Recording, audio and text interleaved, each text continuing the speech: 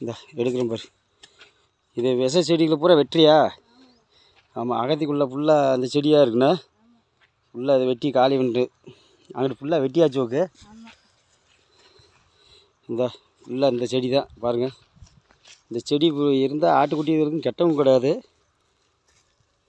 இது அப்படியே உள்ளே அப்படியே விட்டவுடனே பூரா விதை விழுந்து பூரா முளைச்சாருச்சு.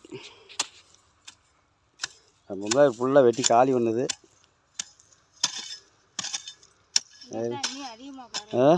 இது புட்டாச்சுன்னா பூரா அதிகமாக பரவிடும். இது கையிலே மொத்தத்தில் வச்சு வெட்டி ரெண்டாவது கையில் எடுத்தாலே வாடை பயங்கர வாடை வரும்.